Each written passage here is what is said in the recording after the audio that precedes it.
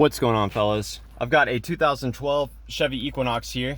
I'm going to use this car to point out to you the location of the AC fuse, the AC relay, and a few other important fuses and relays for the operation of the air conditioning. So we're going to start our journey under this cover here, which we remove by squeezing the tabs together and lifting up. The AC relay is this relay right here. And the fuse for the air conditioning is this 10 amp fuse right next to it. This fuse receives power from the AC relay whenever the computer wants the AC compressor to engage. And if you find that this AC fuse is blown, you can find spare fuses here on these two rows. I would only use another 10 amp fuse. Other important fuses and relays of note here. These two fuses, these two J-case fuses, provide power for the cooling fan.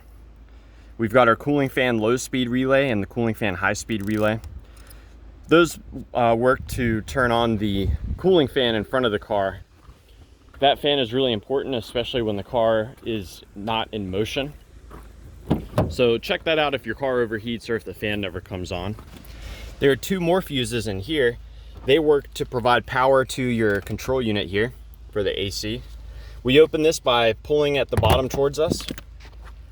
And the first fuse is a 20 amp fuse right here. So check this out. And the next one is a 5 amp fuse. This one right here. Now let's head back under the hood. I can give you some more troubleshooting steps for if all of your fuses and relays test good. So one thing I like to do with relays, I like to tap on them.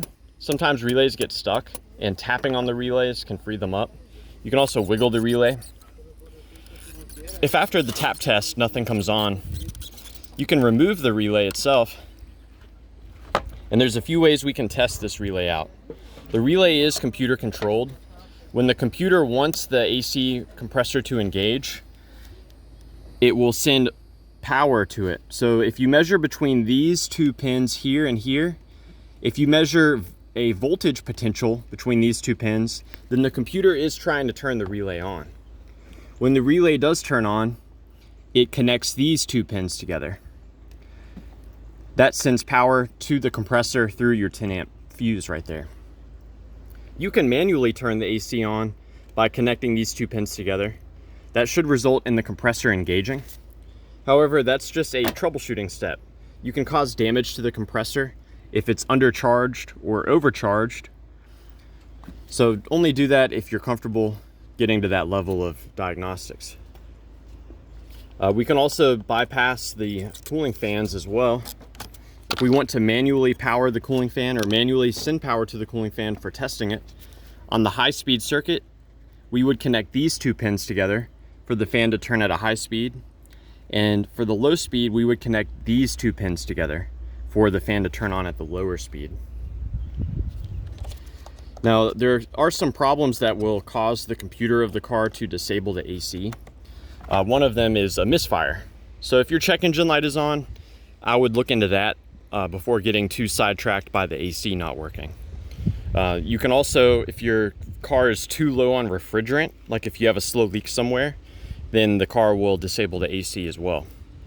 So yeah, I hope that this information was helpful for you. Please do let me know if you have any questions, or more importantly, any advice about troubleshooting the AC on your Equinox.